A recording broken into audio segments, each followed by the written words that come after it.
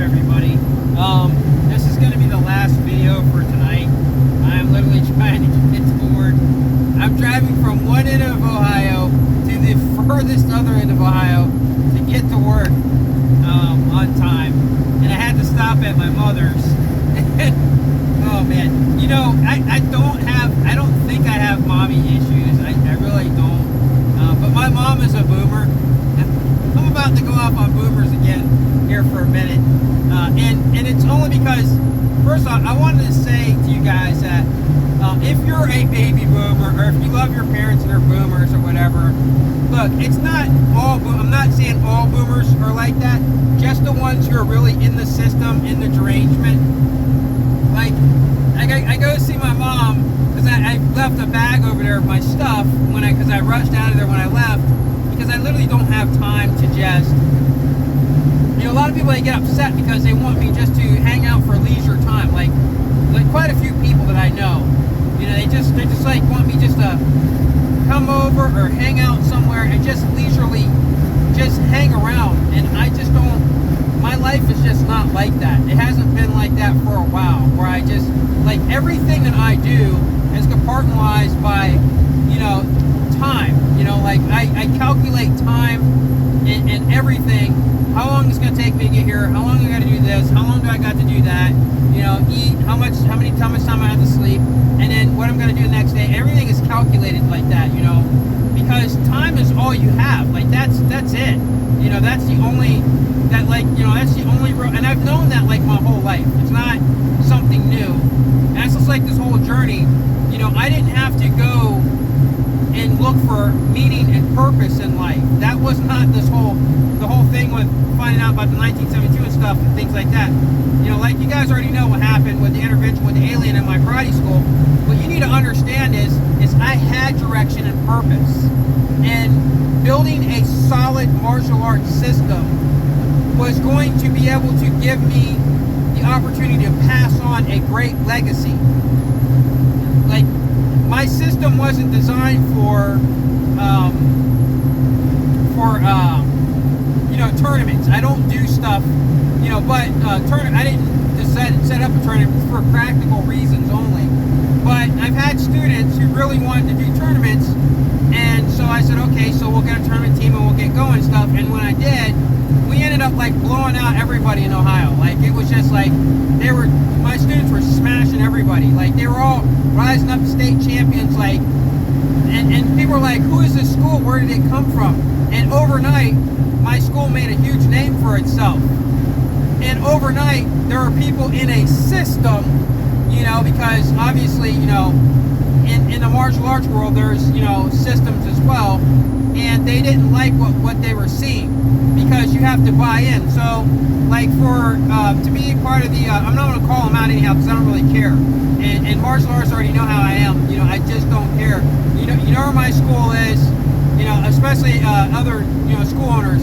I've told them plenty of times, you know where my school is, you know, or you want me to come to your school, whatever. But anyhow, there's a tournament circuit called the PKC, and because my students are coming in and they're just blowing out all the people that were their members that bought into their system, they started lowballing my students, and I would film everything, because, you know, like, I do videos, I always film everything, and I make really slick videos, especially for my school. I was making slick videos, you know. That was my direction and purpose in life, what I was doing. But not so much the tournament thing, but just pushing on a good legacy in martial arts and martial artists. And they started doing this thing where they were lowballing my students in tournaments, and we clearly could go back and watch the proof and be like, there's just no way. And so I talked to the director of our area, and he's just kept encouraging me to get my students to pay to be part of the system, right? In other words, they'll get a patch, a PKC patch, and they put it on the team, our uniforms on our team. They get the patch, they put it on a uniform, and if they have the patch on, then the judges will look at them in a, not as an outsider, you know what I mean? Like, he gave me the idea that if they did not buy in, they were never going to get a fair shake, because the people who bought in, they're their schools were getting beat by a school that wasn't bought into this system, what didn't pay for the pads to be part of the program, you know. So they were automatically going to start striking us down. So I had to go back to my students, and this is the sickness, right? This is the way sickness works. I had to go back to my students and parents, and they were like, you know, they're getting pissed off because they're like, you know, I don't understand. It's like, you know, because they would think that there's that honor system in martial arts. But for the most part, there isn't. You guys just don't understand that. You know, when it comes to systems, there's not, well, when I mean systems, like organizations, I'm sorry. Organizations, not systems. Organizations is what I'm talking about. And I was just like, you know, so I had to tell the tournament team, you know, look, you know, for you guys to get a fair shake so that you can get your state champions, become state champions, you're going to have to pay, you know, for this, you know, to be a part of, to be a member, for a membership, to get a patch to wear on your uniform so you can get a fair shake. And I said, I don't like it, and if you guys want to quit going to tournaments, I'm fine with that because I don't have a tournament school. But the way I teach is so very particular, you know, because my instructor in Taekwondo, everything had to be done perfect. And he would tell you, practice doesn't make perfect. You know, perfect makes perfect. You just have to keep going and going and going and going. You'll never get perfection, but you have to just keep going. You know, you have to keep striving for that. So, you know, and it was beaten into our heads in the Taekwondo school. Everything had to be perfect. Like, it had to be perfect. That's the way it is. In Kempo, it was different. It was more of an expression. You had to do the things correctly, but you did them with your own expression. And it was more about, Kempo is more about the beauty in that expression. In other words, if you're doing an animal form like tiger and crane or panther set or something like that, you know, you don't just go verbatim. You have to do all the moves correctly, but you don't just go verbatim.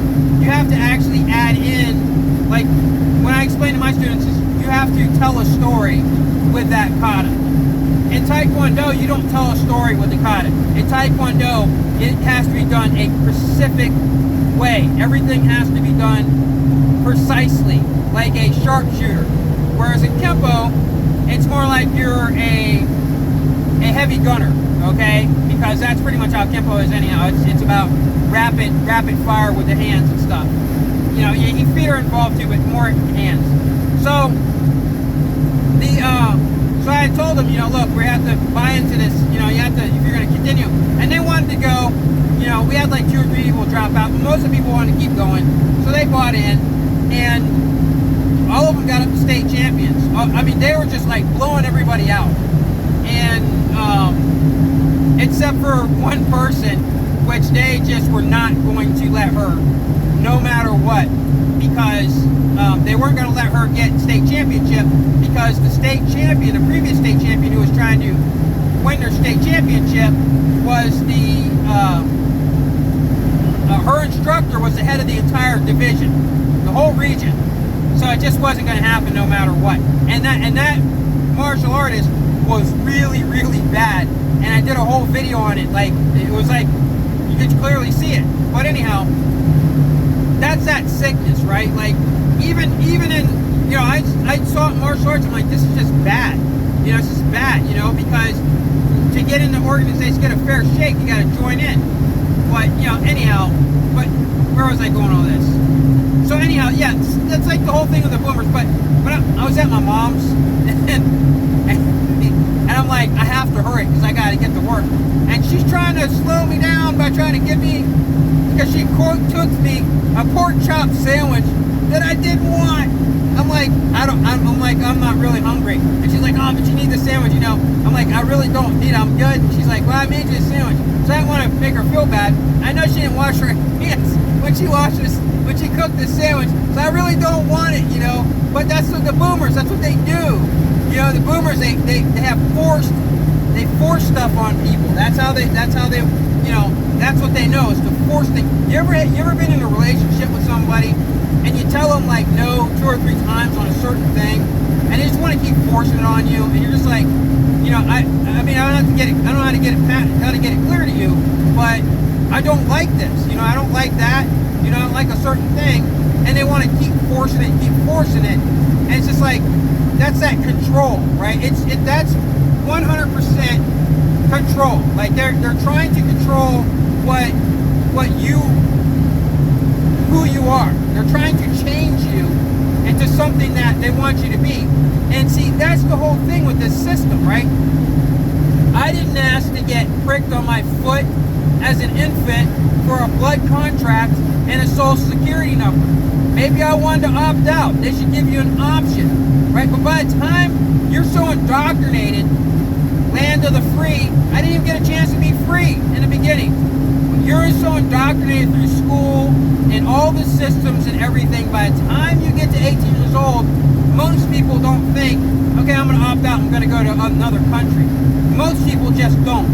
Even if you go to like some other country for like some schooling thing or whatever, they beat into your head as a child that, and through the systems, all the systems, that this is the best country, which is fine, I get that, but at the same time, they don't really ever talk to you as a child, like, when you become an adult, you have a chance to opt out of the system. No, that's not even a thing anybody ever talks about. You don't have a choice. And so, this was also brought on the baby boomers, so that's not their fault. I'm not blaming them for the system and people being indoctrinated to the system. That's not their fault. And the reason why I'm focusing on the boomers, and I don't mean all boomers, you guys already know that. Like I said, I don't mean all boomers.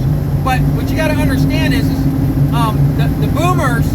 Okay, so let's put it this way. Let me make it clear so you understand it, so I can make it really, really simple for you to understand. Okay, so we'll take two television shows. You look at Leave It to Beaver, right? Well, the Beaver's parents were the silent majority, the silent generation was the Beaver's parents. But you seen how Beaver was kind of cocky and kind of a wise ass, and so was his brother. Well, those were baby boomers. That's who they were. And then those people grew up to be the show Roseanne, and I freaking hated that show. But those in Roseanne, those were boomers who were raising Generation X, okay? Because you look at the one kid, he looked like Eddie Vedder, and you see how Gen X was. But you see the boomers, the parents of Roseanne, and you put them next to the parents of the Beaver's parents, completely different people, right? You had the Beaver's parents who were more, they were conservative, but at the same time, I don't think that was because of a political side. Does that make sense? That was just the way the people were. You had also during their time, they had what was called the greasers, but that wasn't the same thing as like just being a Democrat because you're a greaser. That was kind of just a rebellious thing, period. You're going to find that in any generation. But for the most part, most of the parents were expected to conduct themselves like conservatives, like a conservative mindset, So that was the silent generation. I mean, of course, you had your people from out in the sticks who were total like hillbillies and stuff like that. And that silent generation, that were those people, they were, I don't want to say less educated, that's for sure, because there's some of those people out there, they were Mayberry, there you go. So that was Mayberry. When you see Andy Griffith, those people were kind of, and like, you see all those people like Goober and stuff like that, those people were the silent generation too. But you see how they weren't so much as wise asses to each other. They were definitely not like the boomers' parents. Like the boomers, not the boomers' parents, but they weren't like the boomers, how they raised their children. You look at Roseanne, and you watch how they conduct themselves, how they're slobs. And if you like Roseanne, I don't give a shit. I hated that show. I hated what it stood for. I knew that it was a problem for American families, when I saw it. In fact, my first ex-wife, her family loved that show, and that's exactly how they acted, and it was just, that's baby boomers. That's how they were raising their kids, and so there was another show during that time that also came out that was another set of boomers that were raising their son, who was, I guess he's supposed to be Generation X, and that was Family Ties. Okay, so if you remember in Family Ties, that set of boomers, they were hippies, right? And they were on the pretty much on the extreme part of the hippies and being the far left. And they were raising a son who was a conservative. So right there was they were showing you what was going on in America. The divisions in a household between parents and son through politics. And that show was very much evolved around politics. A staunch Republican son who was business-minded and being raised by some ex-hippies who I think they lived in a van or something at one time, and that whole thing, like they were like the whole hippie movement type thing. It's funny, van life, but they were already set. They're already showing you. So if that puts a little bit more into perspective for you guys at what I'm talking about with the boomers and stuff, and those people, like like Alex's parents, you know, they grew up to be politicians too. You know, on the other side, you know, a lot of them grew up in or they would vote for all those crazy extremities of the far left. And you look at, and I guess Roseanne's family would be like on the far left too. But if you look at Alex, their son, although, you know, he's indoctrinated, but I don't want to say that he was indoctrinated by them, but by the system itself, that you have to be so extreme. He was indoctrinated. You have to be such an extreme loyalist to a party that's what was happening to him. And they would try to find these heartfelt, you know, fun moments in between that show, which made it really a pretty show in a lot of ways and stuff. And whereas Roseanne was very ugly. Everything about that show was ugly. You know, the way that people treated each other, it wasn't like that on the other one. Maybe they were Republicans. I'm sorry. Yeah. Hey, you know what? Now you back it up. You take a real good hard look at. Roseanne. I don't know. I mean, maybe in reality, she acts. Oh, didn't she go on a racist rant? Yeah, I think. Yeah. Yes. Yeah, that's Republicans, bro. There you go. The Roseanne show is your Republicans, and on the other side, the Family Ties is your Democrats. Both of them are just, you know, would go completely to extremes. Those are the people who are running the country. That's it. That's what you got going on right now. That's what you got. You got the Don and you got the Bidons. And those people are fighting, you know, to keep all that division. And you've seen it in television like all the time. It's just insane because it was in our face. It was apparent that this was not the silent, you know, the silent generation. It just wasn't their America anymore. This is a boomers America. Right now you're suffering from that. And their generation before the silent generation was the golden generation. That's what I think they call them, the golden generation. And those people are long gone. There's none of them left. They're all gone. And they would be, at this point, absolutely 100% ashamed of what has happened to this country because of their grandchildren, which are the baby boomers. Absolutely ashamed of what's happening because this is the most divided this country has ever been. Even the Civil War and like all that stuff, and then, you know, that's not the same, man. This is a sickness, and I need to retract something. The people who are in power are not insane, they're not. Okay, yeah, they are insane too, but well, they know exactly what they're doing. The insanity is the people who vote. That's the insanity.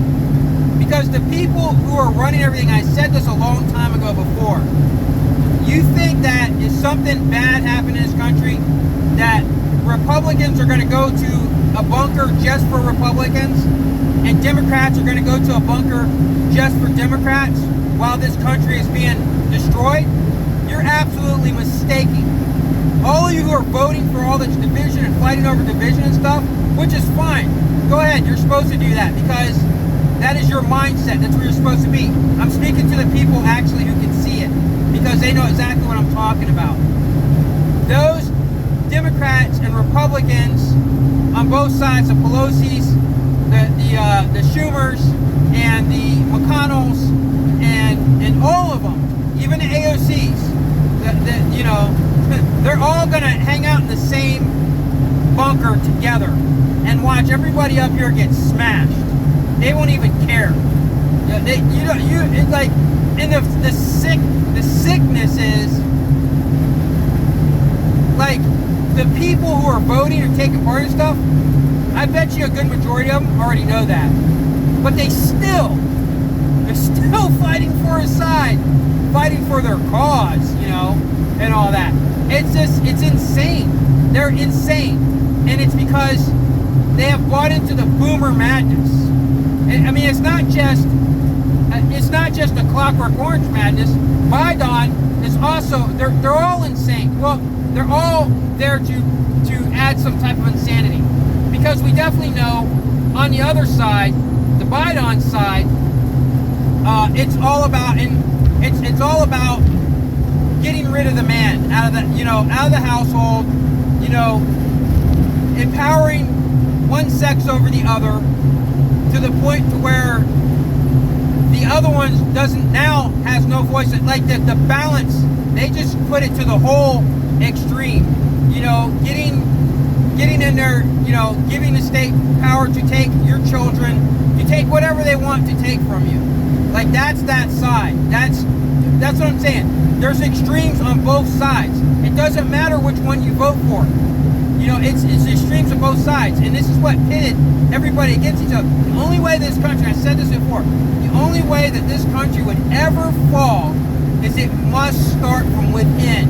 You have to get the people fighting. And at this point, you know, there's so many of these zombies, you know, Generation Z, that are walking around that are so confused about their identity and what they identify as, whether they identify as a plant, a couch, you know, a unicorn, you know, whatever the hell these people cannot defend this country. So those people who are in their 18, 19, 20 years, they're so zombified from looking at screens, black screens, and not looking up and seeing what's going on in the world, and they're so confused on what they want to identify with that the time is right, the pickings is right to get this place so divided by the sickness of what the boomers who are in charge have set up to get it to fall within. It's like it's so easy. It's not a hard thing to figure out, but yet people still buy into it because they're supposed to. Somebody I was talking to earlier today, I was talking about, you know, about when I dream, and I have that dream about being that, you know, having the golden wings and all that and stuff. You guys already heard about my dreams. Now I dream about being a different type of a being, you know. And I was saying, yeah, if there were some things I would go do, or some places I go visit, you know. And I was talking about some of the places I go and do. And maybe sometimes I see something bad, something I didn't think was right, I'd flat out and intervene, you know, and try to. And then she was like, would you, yeah, maybe go, you know, try to right the world and try to fix the world? I said, absolutely not. If I had omnipotent power, and I don't mean to force people's free will, like, you know, the pork chop sandwich my mom forced on me, that stunk up my van like pork chop until I stopped at the gas station. I had to get it out of there quick, man. The van was stinking like pork chop. So it's not about forcing people's free will, because they have to have free will, or else they're just not people, they're just robots. You know, like the AOC 3PO. You know, she's a robot, man. But whatever. Anyhow, I said that if I was very proud, no, I would not fix the rights in the world. Absolutely not. Never. And I'm going to tell you why I would not fix the rights in the world, because it cannot be fixed. You cannot fix the sickness. You could remove all the governments especially in America. You can remove the government, you can wipe them all, you can take them all away. You can Thanos them right out of existence, right? Guess what would happen? The same exact thing. You'd be right back to 2021 all over again. You cannot fix it. It's unfixable. This is who these people are. They want to be ruled. They pay, they vote for it. They pay for it. That's what they want. It cannot be fixed. It will never be fixed. That's what I was saying. If the Anunnaki or some, or whatever, some species was to pop up to rule this world, you'd have a very, very small group of resistance. A very small group. Because the fact is, and if you're getting angry right now, forget it. You might as well forget it. Because you can say what you want and think what you want. But this is the psyche. When you study it and you see the way that people are, that's just, it's how it is. Okay? They would eventually be wiped out. The small group would. And especially if you put it on public display, the majority of people, they'll just bow down. They will bow down. Because they have been so ingrained of buying into a system when they know the systems are wrong. Like all of them. Now they may choose one or two systems out of there, and I don't want to go on a rant about systems. But for the most part, they know that the whole thing is wrong, guys. And for those of you who understand, you know what I'm talking about. I'm not going to talk about the 172 anymore either. I'm done talking about that, and there's a reason why. I'm not going to be talking about the 172. It may be a bigger majority of people that can understand things, but the fact is being a rebel does not mean that you're awake. I hate that. I'm awake because, like I said, everybody thinks they're awake on whatever their agenda is. They're the wake side, and everybody else is asleep. I don't use that in my lingo, but see, that's another thing too, right? Like people will make, like when something becomes, when there's some truth starting to reveal itself, and then you start attaching yourself to a identity to that truth, and you start to form a group to that truth, and it becomes popular, it no longer becomes truth anymore. Because somebody gets in there, and there's always a turd in the punch bowl. That's always gonna ruin it, right? There's always a turd in the punch bowl. So, you really have to kind of be an individual, and if there is a group, then you kind of just gotta, I don't really know how to get it across to you guys that,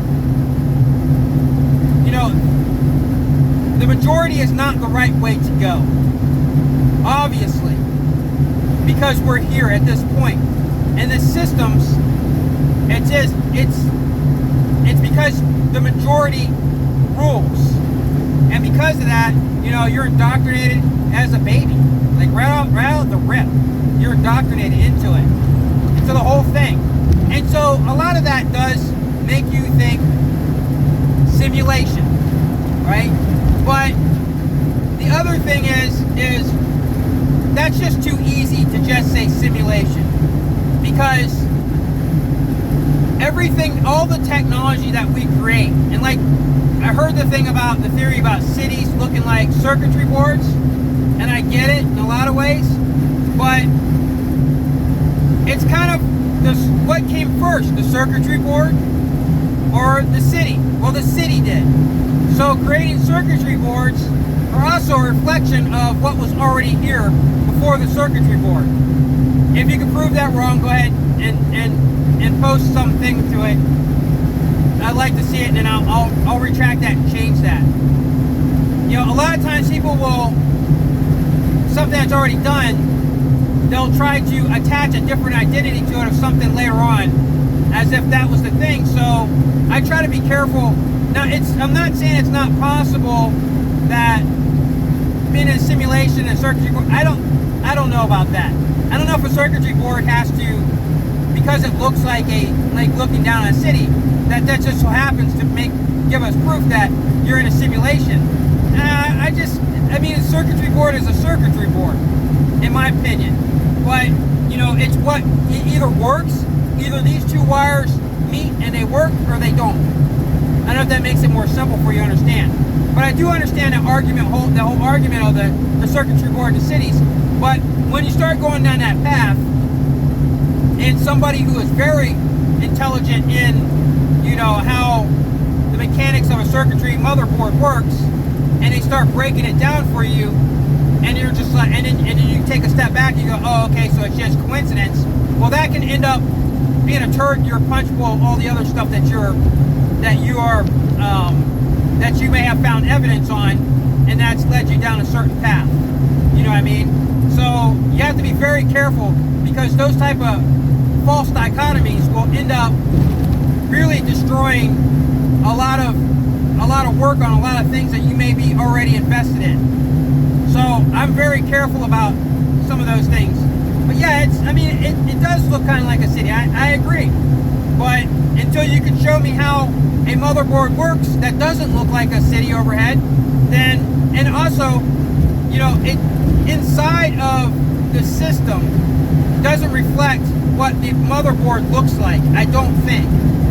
I think that in a simulation, it just reflects natural reality even before a circuit board was created. I don't know if that makes sense. I know I'm rambling on too long. Anyhow, guys, I'm going to try to get out those. I'm not going to be able to get out the Alcor video tonight, obviously, because I'm running late on my way to work. I will get it out tomorrow. I will do the video on the Anunnaki and the reptilians within a day or two. And I have a couple other topics I'll be talking about, as well as not next week, but the week after that. I will be hitting either DARPA or NASA or the facility in